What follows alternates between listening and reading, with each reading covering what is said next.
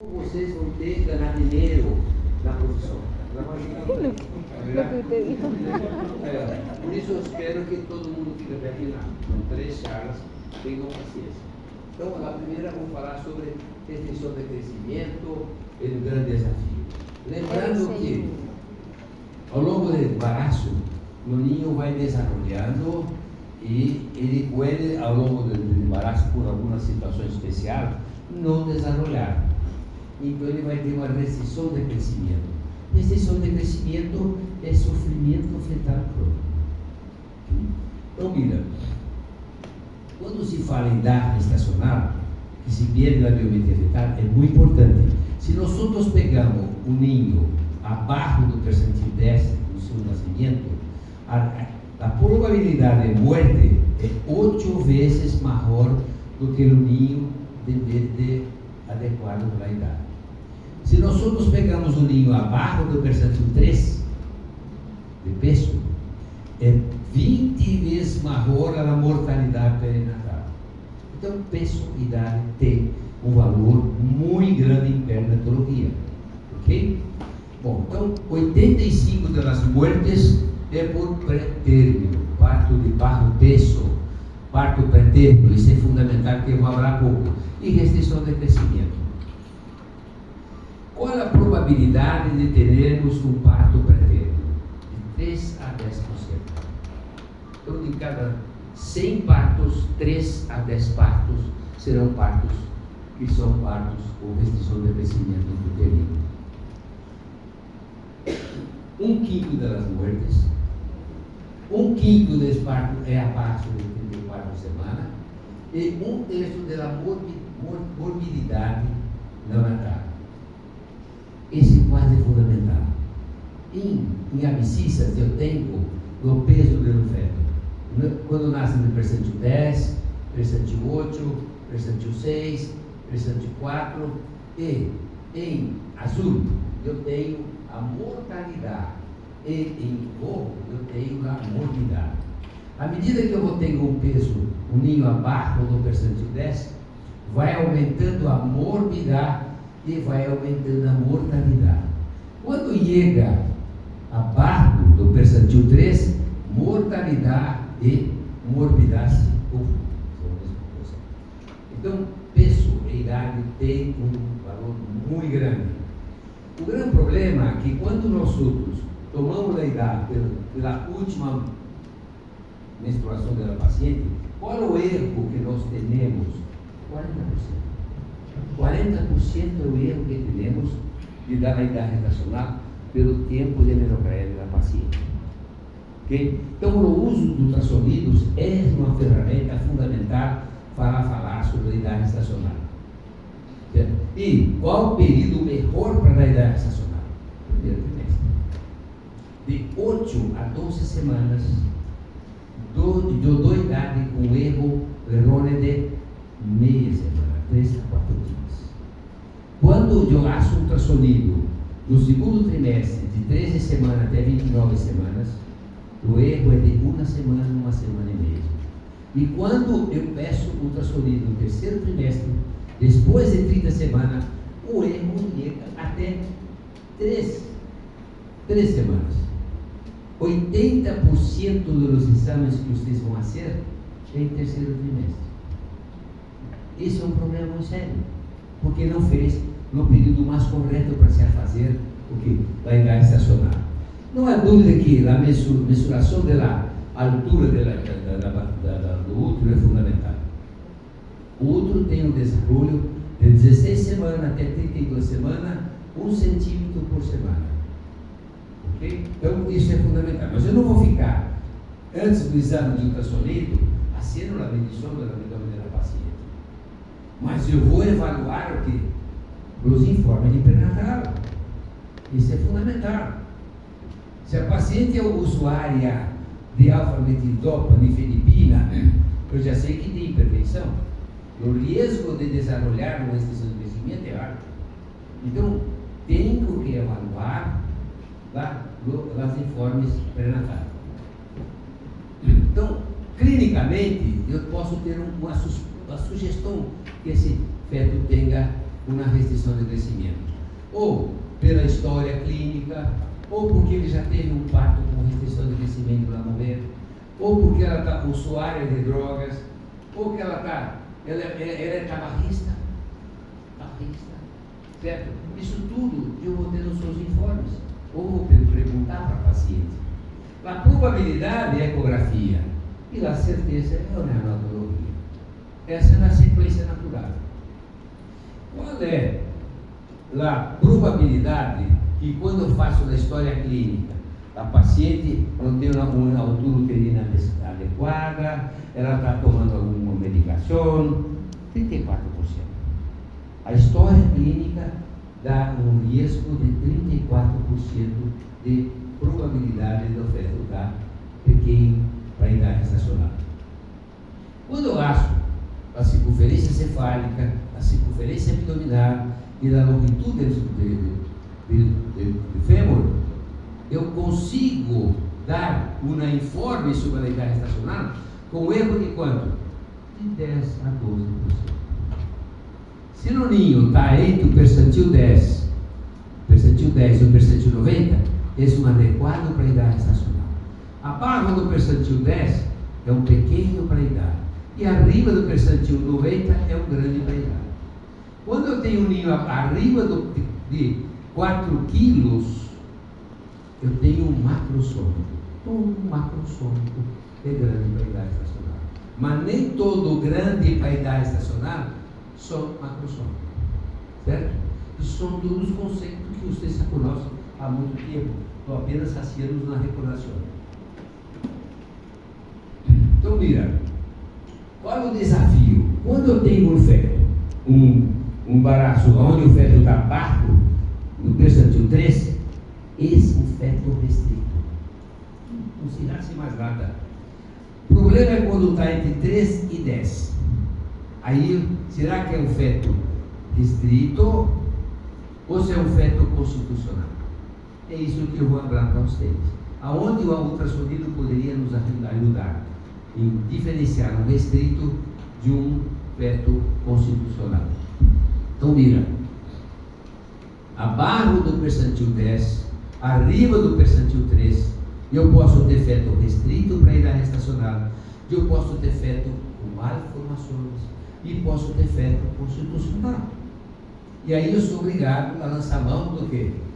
Doppler. É o que eu vou tentar falar para todos vocês. Certo? Então, mira, um feto constitucional nunca habla normal. Nunca. Constitucional. Anatomia preservada. Anatomia habitual. Normal, não. Tem pessoas que têm altíssima qualidade de conhecimento, aparato de primeiro mundo, tem um erro, tem um falso positivo. Então, constitucional. Então, pode ser constitucional. O constitucional, se eu estou avaliando semanalmente e se o crescimento está sempre abaixo do percentil 10, é constitucional. Mas nem sempre isso é possível. Ele vai chegar para mim com 32, 34 semanas, e eu quero saber se é constitucional ou se é um ninho pequeno para a idade. Aí eu sou obrigado a lançar mão do conhecimento da fisiologia do feto. Se esse feto tem uma fisiopatologia. E com isso eu lanço mão daquele Doppler. Doppler foi introduzido em ultrassonido em 1985. E aí começamos a estudar fisiologia. Certo? Então eu vou mostrar para vocês agora. Então, toda a hemodinâmica dele é normal. Toda a hemodinâmica é normal. Agora eu tenho um feto, mira, que ele está crescendo, pero chega num momento, ele diminui o crescimento. Isso é um restrito. Agora, ele chegou para nós outros com 34 semanas, com 32 semanas, eu não tenho essa avaliação sequencial que eu estou mostrando a todos vocês. Como eu posso dizer que ele é um pequeno para a idade, ou ele é um constitucional, ou se ele é restrito? Se é abaixo do percentil 3, restrito. Mas entre 3 e 10, eu tenho que fazer um estudo. E o estudo é feito através de Doppler. Mas vou fazer Doppler de todos os vasos. Quantos vasos nós temos que fazer em obstetrícia? 4 vasos. 4 vasos. Artéria umbilical, artéria uterina, para evaluar o quê? da implantação placentária. Artéria umbilical, para avaliar o quê? A função placentária. Pode escrever. Artéria cerebral, para avaliar a oxigenação do feto. E duto venoso, para avaliar a função cardíaca fetal. 4 vasos. Artéria uterina, implantação placentária. Artéria umbilical, função placentária. Artéria cerebral, oxigenação do feto. E duto venoso, avaliar a função cardíaca fetal. Isso que nós avaliamos, certo? Então, mira, eu vou fazer 12 exames. O que a literatura tem falado para nós outros? Aquelas histórias de restrito simétrico, restrito assimétrico, intrínseco, acabou. Durante 10 anos, eu escrevi um capítulo do livro de obstetrícia prática do professor Ney. E eu falava de restrito e intrínseco, tudo errado, tudo cambiou tudo.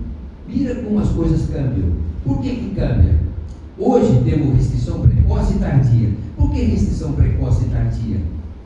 Porque eu tenho que ver a neonatologia. O precoce abaixo de 32 semanas é alta mortalidade por prematuridade. Arriba de 34 semanas, eu tenho berçário. Então hoje tem precoce e tardio. Por quê? Porque o risco de sacar o ninho muito precoce eu tenho uma forte prematuridade. É assim que evoluiu para precoce e tardio. Ok? Então isso não existe mais. E eu escrevi 10 anos no livro. Mira, o que eu disse a vocês, e vou mostrar pouco para vocês. A cada 5 anos, os conceitos que estão falando hoje, cambiam. Temos que continuar sempre a estudar. Eu estudo até hoje, todo dia. E olha que eu sou um menino de 79 anos. Então, tem cara que é mais novo do que eu. Então tem que começar a estudar sempre, sempre, porque as verdades científicas se cambiam, certo? Então veja, eu tenho um ninho desde o início com artéria umbilical que avalia a função placentária, sempre com alta resistência, diástole zero, diástole reversa. Sabendo que quando temos diástole zero, significa que nós perdemos a função placentária, perdemos as vilosidades em 50 a 70% das vilosidades. Quando temos diástole reversa, nós perdemos quanto? Perdemos mais de 90% da função placentária. Então, se eu tenho desde o início uma diástole zero e tenho um ninho abaixo do percentil 10, acima de 3, é uma restrição precoce. Não precisa de mais nada. Agora, eu tenho um ninho que tem artéria umbilical que avalia a função placentária normal. E estou com esse ninho abaixo do percentil 10, arriba do percentil 13.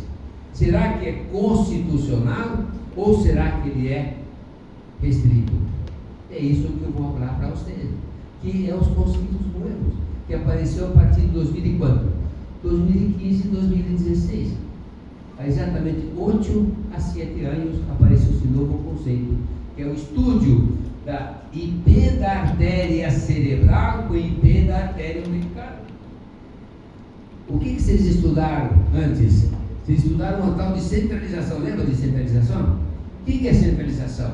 IP ou IR da artéria umbilical sobre cerebral. Agora invertemos, é artéria cerebral sobre umbilical.